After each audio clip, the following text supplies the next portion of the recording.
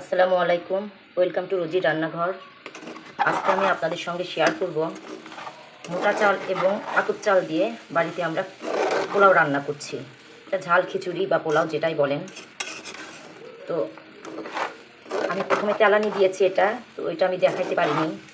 এখানে আমি প্রথমে তেল দিয়েছি, জিরা ফোড়ন দিয়েছি, দিয়ে কাঁচামরিচ দিয়ে এটা আমি চাউল ঢেলে দিয়েছি। তারপরে এখানে আমি আদা রসুন পেশা, জিরা গুঁড়া, ধনিয়া গুঁড়া, লবণ, সামান্য একটু লাল মরিচ দিয়েছি।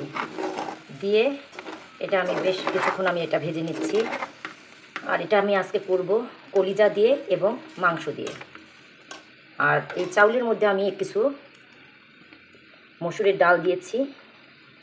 আজকে ঝিরিঝিরি বৃষ্টি হচ্ছে, এই বৃষ্টির দিনে ভাবলাম একটু খিচুড়ি করা যাক পোলাওর মতো করে। তো সেটা আমি আজকে আপনাদের সাথে শেয়ার করছি। আর সামান্য একটু টমেটো কেচাপ দিয়েছি, দিয়ে এটা আমি ভালো মতো কষিয়ে নিচ্ছি। সাদা ফল, গোলমরিচ, লং, ডালচিনি সবই দিয়েছি এর মধ্যে, যা যা দেওয়া লাগে। এখন সামান্য একটু সরিষার তেল দিচ্ছি, কারণ সরিষার তেল দিলেই খিচুড়িটা বা পোলাওটা খেতে ভালো লাগে। এটা মোটা চাউল এবং আতপ চাউল দুটা মিলিয়ে করছি। এখন আমি এখানে পানি দিচ্ছি, গরম পানি এখানে আমি ফুটিয়ে নিয়েছি। পরিমাণ মতো এখানে আমি পানি অ্যাড করছি।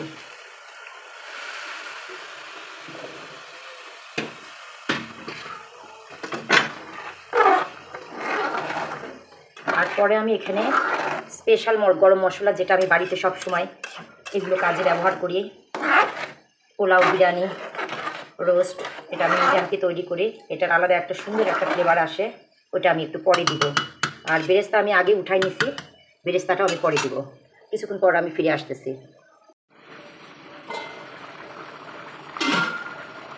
এটা আমার খিচুড়ি বা পোলাওয়ের মাঝামাঝি পর্যায়ে। তো এখন এই সময়টাতে আমি একটু স্পেশাল মশলা দিব, গরম মশলা পাউডার।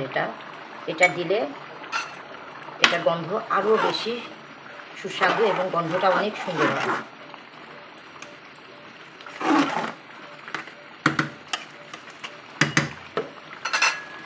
এখন আমি এটা একদম দমে দিব, তারপরে ফাইনাল লুকে আমি আবার দেখাবো।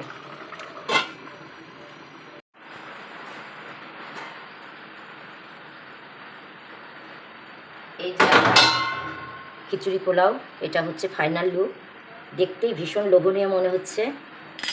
এখানে আমি অফ ক্যামেরায় আমি সামান্য একটু চিনি অ্যাড করেছিলাম। পুরোপুরিভাবে এটা তৈরি। এখন আমি সামান্য একটু বেরেস্তা দিব আর ঘি অ্যাড করব। এটা আমার বাড়িতে তৈরি করা ঘি। এটা আমি অন্য ভিডিওতে, পরের ভিডিওতে আমি এটা আবার দিব। সামান্য একটু ঘি অ্যাড করছি। তো এইভাবে আপনারা বৃষ্টির দিনে বাড়িতে তৈরি করবেন এবং খেয়ে দেখবেন। আশা করছি ভালো লাগবে। আর একবার রান্না করলে, একবার তৈরি করলে এই রেসিপিটা বারবার করতে চাইবেন। এটা আমার ফাইনাল লুক। এর সঙ্গে আর কিছুই লাগবে না, যেহেতু এখানে আমি কলিজা এবং মাংস দুটাই দিয়েছি।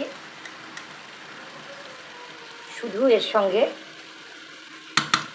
কাঁচামরিচ, আচার এবং পেঁয়াজ দিয়ে এতে ভীষণ ভালো লাগবে। আর কিছুর দরকার নাই। আপনারা এভাবে রেসিপিটা তৈরি করবেন এবং খেয়ে দেখবেন। আমাকে ফলো দিয়ে আমার সঙ্গে থাকবেন। আশা করছি ভালো লাগবে। আল্লাহ হাফেজ।